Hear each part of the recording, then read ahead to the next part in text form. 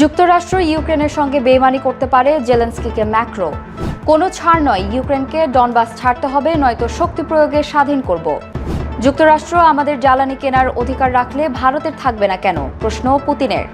ভারতের বৃহত্তম পারমাণবিক বিদ্যুৎ কেন্দ্র নির্মাণে সহযোগিতা করছে রাশিয়া, বললেন পুতিন। ট্রাম্পের মধ্যস্থতায় শান্তি চুক্তির স্বাক্ষর করল রুয়ান্ডা ও DR কঙ্গো। পাকিস্তানে আরও ক্ষমতাধর হলেন আসিম মুনির। মার্কিন নিষেধাজ্ঞায় পড়তে যাচ্ছে আরও বহু দেশ। পারস্য উপসাগরে ইরানের নৌমহড়া, যুক্তরাষ্ট্রকে সতর্কবার্তা। কারাগারে বসে PTIর রাজনৈতিক কমিটি ভেঙে দিলেন ইমরান খান। মার্কিন নিষেধাজ্ঞাকে মানবতার বিরুদ্ধে অপরাধ আখ্যা ইরানের। আরব দেশে নিজ নেতাদের ওপর হামলার শঙ্কা ফিলিস্তিনি গোষ্ঠীর। প্রশান্ত মহাসাগরে কথিত মাদকবাহী নৌকায় যুক্তরাষ্ট্রের নতুন হামলায় নিহত 4। ভারত জুড়ে ইন্ডিগোর শিডিউল বিপর্যয়, একদিনে রেকর্ড 550 ফ্লাইট বাতিল। খাবারের অভাবে মারা গেল 60,000 পেঙ্গুইন। দেখছিলেন টাইমস ইন্টারন্যাশনাল সংবাদ শিরোনাম, সঙ্গে আছে আমি নুসরাত জাহান। এবার বিস্তারিত। যুক্তরাষ্ট্র ইউক্রেনের সঙ্গে বেইমানি করতে পারে প্রেসিডেন্ট ভলোদিমির জেলেনস্কিকে এমন সতর্ক বার্তা দিলেন ফ্রান্সের প্রেসিডেন্ট ইমানুয়েল ম্যাক্রো। জেলেনস্কিকে তিনি বলেন, যুক্তরাষ্ট্র নিরাপত্তার কোনো গ্যারান্টি না দিয়ে তাদের ভূখণ্ড নিয়ে বেইমানি করতে পারে। জার্মান চ্যান্সেলর ফ্রেডরিক মার্জো সতর্ক করেছেন, তারা আমাদের উভয়ের সঙ্গে খেলছে। ফিনল্যান্ডের প্রধানমন্ত্রীর সঙ্গে একমত পোষণ করে ন্যাটোর মহাসচিবও বলেছেন, আমাদের জেলেনস্কিকে রক্ষা করতে হবে। সম্প্রতি মস্কোতে রাশিয়া ইউক্রেন যুদ্ধ বন্ধের আলোচনা করতে গেছেন ট্রাম্পের বিশেষ দূতরা। ইউরোপীয় নেতারা জানান, যুক্তরাষ্ট্রের 28 দফার শান্তি চুক্তি প্রস্তাবের বেশিরভাগই রাশিয়ার পক্ষে এবং এতে ইউক্রেনকে গুরুত্বপূর্ণ অঞ্চল ছাড়তে হবে। ইউক্রেনের ডনবাস অঞ্চল নিয়ে কোনো ছাড় দেবেন না বলে হুঁশিয়ারি দিলেন রাশিয়ার প্রেসিডেন্ট ভ্লাদিমির পুতিন। তিনি বলেন, হয় আমরা শক্তি প্রয়োগ করে এই অঞ্চলগুলো স্বাধীন করব, অথবা ইউক্রেনের সেনাদের এখান থেকে সরে যেতে হবে। বর্তমানে ডনবাসের 85% রাশিয়ার নিয়ন্ত্রণে রয়েছে। পুতিন এই মন্তব্য দেন এমন এক সময় যখন যুক্তরাষ্ট্রের প্রেসিডেন্ট ডোনাল্ড ট্রাম্প রাশিয়ার সঙ্গে যুদ্ধ বন্ধের আলোচনায় সক্রিয়। যুক্তরাষ্ট্রের শান্তি চুক্তির প্রস্তাবের কিছু দফায় রাশিয়া সম্মত হলেও বাকি দফাগুলোতে আপত্তি জানিয়েছে। 23 নভেম্বর প্রস্তাবিত 28 দফার মধ্যে একটি হলো ডনবাসের বর্তমান ইউক্রেন নিয়ন্ত্রণাধীন অঞ্চল রাশিয়াকে হস্তান্তরের বিষয়। এই দফায় কঠোর বিরোধিতা করেছে ইউক্রেন ও ইউরোপের দেশগুলো। রাশিয়ার কাছ থেকে জ্বালানি তেল না কিনতে ভারতের ওপর যুক্তরাষ্ট্রের চাপের সমালোচনা করেছেন রুশ প্রেসিডেন্ট ভ্লাদিমির পুতিন। ভারত সফরে গিয়ে তিনি বলেন, যুক্তরাষ্ট্র যদি রাশিয়ার তেল কিনতে পারে তাহলে ভারত কেন পারবে না। পুতিন আরও বলেন, রুশ তেল কেনাকে কেন্দ্র করে ভারতের ওপর শাস্তিমূলক শুল্ক চাপানো অন্যায্য এবং অযৌক্তিক। তিনি জানান, চলতি বছরের প্রথম 9 মাসে সামগ্রিক বাণিজ্য লেনদেন সামান্য কমলেও মোটামুটি আগের মতোই স্বাভাবিকভাবে চলছে ভারত রাশিয়ার তেলের বাণিজ্য। পুতিন আশা প্রকাশ করে বলেন, শেষ পর্যন্ত বিশ্ব বাণিজ্য সংস্থার যে সকল নিয়ম লঙ্ঘিত হয়েছে তা ঠিক করা হবে। তামিলনাড়ুর কুদানকুলাম পারমাণবিক বিদ্যুৎ কেন্দ্র নির্মাণে ভারতের সঙ্গে মস্কো সহযোগিতা করছে, এমনটা জানালেন রাশিয়ার প্রেসিডেন্ট ভ্লাদিমির পুতিন। বিদ্যুৎ কেন্দ্রের 6টি চুল্লির মধ্যে 2টি ইতিমধ্যেই চালু, বাকিগুলো নির্মাণাধীন। পুতিন বলেন, প্ল্যান্টটি পূর্ণ ক্ষমতায় চালু হবে, যা ভারতের জ্বালানি চাহিদা পূরণে গুরুত্বপূর্ণ ভূমিকা রাখবে।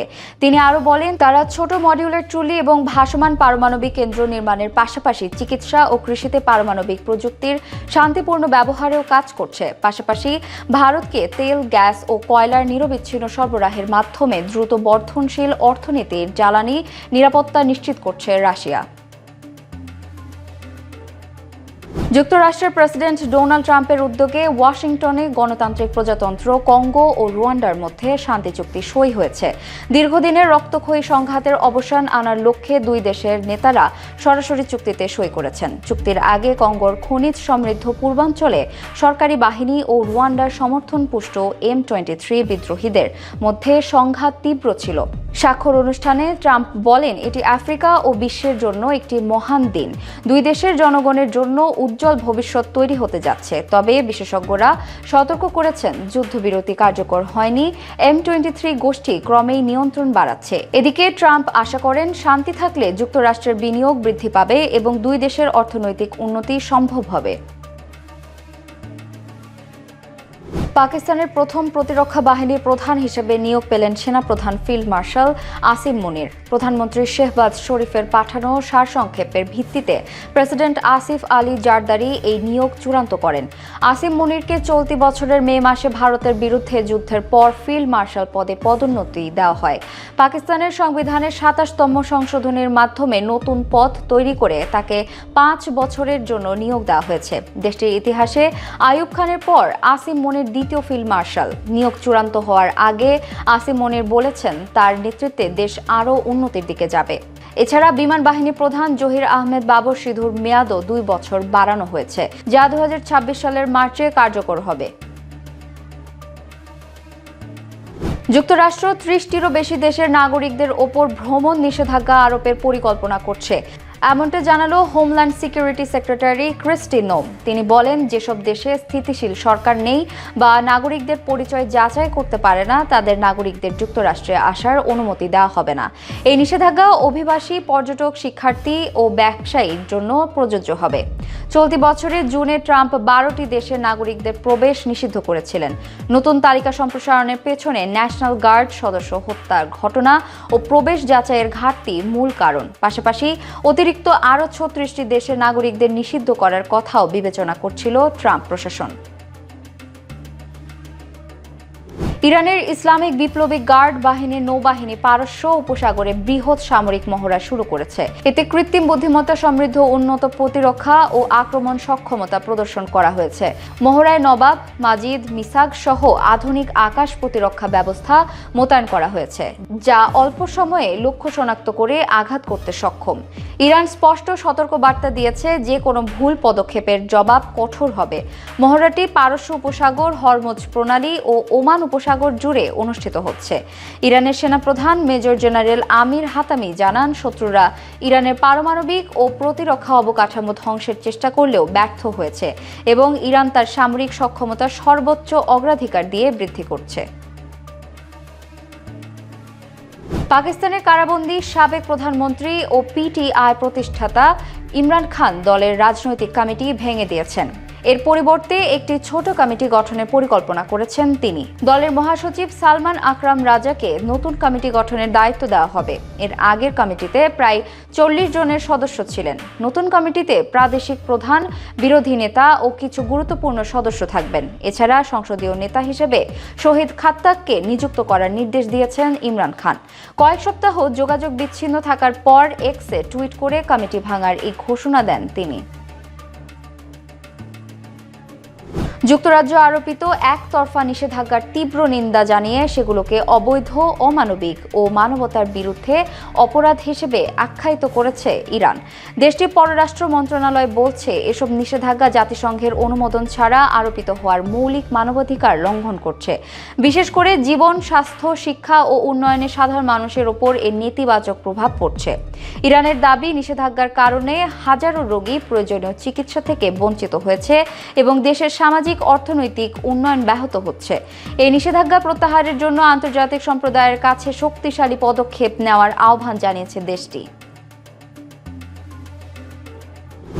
আরব দেশে হামাস নেতাদের লক্ষ্য করে ইসরায়েল হামলা চালাতে পারে, এমন আশঙ্কা প্রকাশ করেছে ফিলিস্তিনি সশস্ত্র গোষ্ঠী হামাস। তাই নেতাদের জন্য নতুন নিরাপত্তা নির্দেশনা জারি করা হয়েছে। গত সেপ্টেম্বর কাতারের দোহায় শীর্ষ নেতাদের লক্ষ্য করে ইসরায়েলি মিসাইল হামলার ঘটনা স্মরণ করিয়ে হামাস সতর্ক করেছে, আরব দেশও একই ধরনের হামলা হতে পারে। নির্দেশনায় বলা হয়েছে, নেতারা এক জায়গায় একাধিক বৈঠক করবেন না এবং প্রত্যেকটি বৈঠক আলাদা স্থানে করতে হবে। পাশাপাশি যারা বৈঠকে অংশ নেবেন তারা বৈঠক স্থলে ৭০ মিটারের মধ্যে মোবাইল ফোন নিতে পারবেন না, কারণ মোবাইল ফোনের মাধ্যমে অবস্থান শনাক্তের ঝুঁকি থাকে। এছাড়া যেসব ভবনে AC, internet, router, television, intercom আছে সেসব ভবনেও বৈঠক করা থেকে বিরত থাকতে বলা হয়েছে। পূর্ব প্রশান্ত মহাসাগরে যুক্তরাষ্ট্রের হামলায় ৪ জন নিহত হয়েছেন, এমনটা জানালো দেশটির সামরিক বাহিনী। হামলার লক্ষ্য ছিল একটি নৌকা, যেটিতে মাদক পাচার হচ্ছিল বলে অভিযোগ করা হলেও সুনির্দিষ্ট প্রমাণ দেওয়া হয়নি। কয়েক মাস ধরে যুক্তরাষ্ট্র ক্যারিবিয়ান ও প্রশান্ত মহাসাগরে এমন হামলায় অন্তত 87 জনের মৃত্যু ঘটিয়েছে। সম্প্রতি ওই হামলায় দ্বিতীয় দফায় আঘাত দেওয়ায় আইন প্রণেতাদের মধ্যে বিতর্ক সৃষ্টি হয়েছে।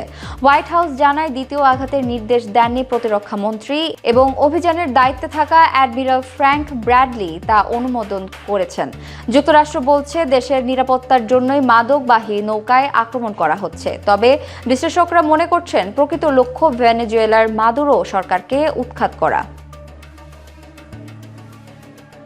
কেবিন ক্রু সংকট ও প্রযুক্তিগত জটিলতার কারণে ভারতের ইন্ডিগো এয়ারলাইন টানা 3 দিন শিডিউল বিপর্যয়ের মুখে পড়েছে।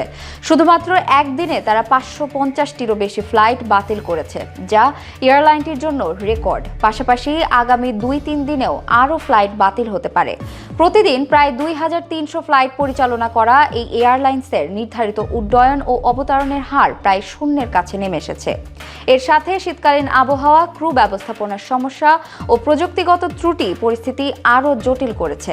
বিভিন্ন বিমানবন্দরে যাত্রীদের ভোগান্তির চরম আকার ধারণ করছে। ঘন্টার পর ঘন্টা অপেক্ষা, লাগেজ সমস্যা ও খাবার পানির অভাব ঘটছে। ইন্ডিগো জানায় তারা ফ্লাইট সংখ্যা কমিয়ে শিডিউল স্বাভাবিক করার চেষ্টা করছে। দক্ষিণ আফ্রিকার উপকূলীয় এলাকায় খাদ্যের অভাবে 60,000-এর বেশি আফ্রিকান পেঙ্গুইন মারা গেছে। আফ্রিকান পেঙ্গুইনদের অন্যতম প্রধান খাদ্য সার্ডিন মাছ কমে যাওয়ায় তাদের এই বিপর্যয় ঘটেছে, এমন তথ্যই উঠে এসেছে সাম্প্রতিক এক গবেষণায়। পাশাপাশি জলবায়ুর পরিবর্তন ও অতিরিক্ত মাছ শিকারও এই বিপর্যয়ের অন্যতম কারণ হিসেবে চিহ্নিত হয়েছে। 2004 থেকে 2012 সালের মধ্যে ডাসেন দ্বীপ ও রবিন আইল্যান্ডে প্রজনন স্থলে 95% পেঙ্গুইন বিলুপ্ত হয়েছে। আফ্রিকান পেঙ্গুইনের মোল্টিং বা পালক পরিবর্তনের 21 দিনের সময়ে পর্যাপ্ত খাদ্য না পেলে তারা বাঁচতে পারে না।